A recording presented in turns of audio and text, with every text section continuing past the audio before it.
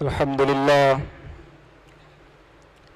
للہ رب العالمین والصلاة والسلام علی سید الانبیاء والمرسلین اما بعد فاعوذ باللہ من الشیطان الرجیم بسم اللہ الرحمن الرحیم ان اللہ وملائکتہ یصلون علی النبی یا ایہا الذین آمنوا صلوا علیہ وسلموا تسلیما۔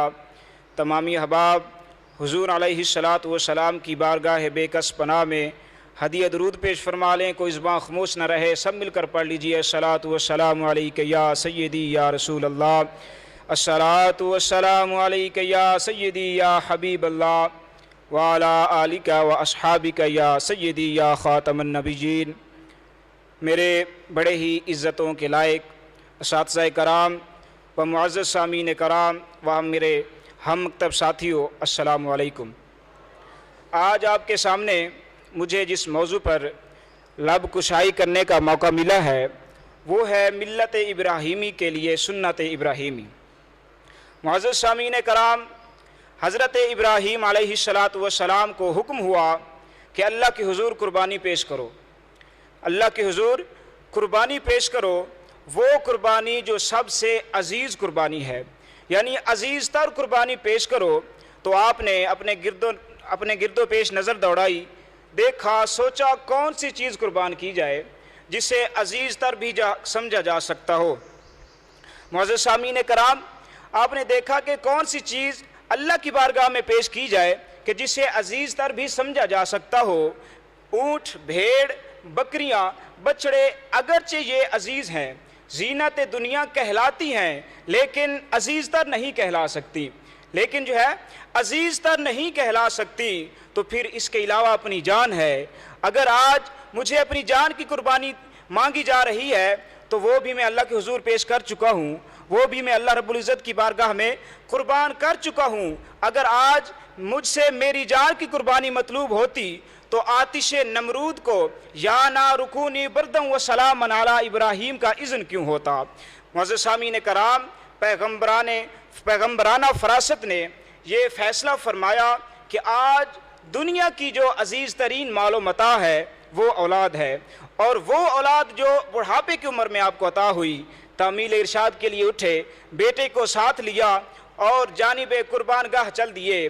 راستے میں بیٹے سے فرمایا، اے میرے بیٹے، اے میرے لخت جگر، اللہ تعالیٰ کے حکم سے مجھے خواب میں جو ہے اللہ تعالیٰ کے حکم سے اللہ تعالیٰ نے مجھے فرمایا، اللہ تعالیٰ کے حکم سے اللہ کی راہ میں تجھے قربان کر رہا ہوں۔ اے میرے بیٹے، کہو کہ اس بارے میں تمہارا کیا خیال ہے، اس بارے میں تمہارا کیا خیال ہے؟ تو فرما بردار بیٹے نے بڑا با کمال ادب سے سر جھکا کر عرض کی، یا ابت افعل ما تؤمر ستجدنی انشاء اللہ من الصابرین۔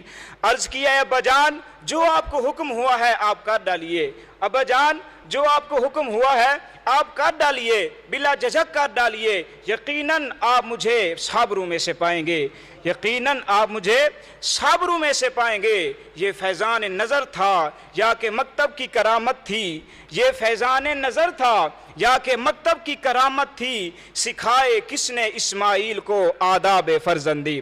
معزز سامعین کرام، حضرت ابراہیم علیہ السلام آپ جو کہ پہلے ہی نمرود کا مقابلہ کر چکے تھے، پہلے ہی نمرود کو شکست دے چکے تھے، اور آج پھر بڑھاپے میں پائی ہوئی اولاد، وہ بھی اسماعیل جیسا سعادت مند بیٹا، وہ بھی اسماعیل جیسا فرما بردار بیٹا آج قربان گاہ میں لٹایا جا چکا ہے، آج جو ہے قربان گاہ میں لٹایا جا چکا ہے۔ نہ خلیل کے ہاتھوں میں لغزش ہے، نہ ذبیح کے سینے میں کوئی خوف۔ ندا آئی، اے ابراہیم، تمہارے عزم و استقلال کو اللہ رب العزت نے پسند فرما لیا ہے، تم باپ اور بیٹا اس امتحان میں پورے اترے ہو، تمہاری قربانی قبول ہو چکی ہے، تمہاری اس شان عبودیت کو دوام بخشا گیا ہے۔ اب قیامت تک، اب رہتی دنیا تک جو ہے تمہاری اس سنت کو زندہ و تابندہ رکھا جائے گا، اب رہتی دنیا تک تمہاری اس سنت کو زندہ و تابندہ رکھا جائے گا،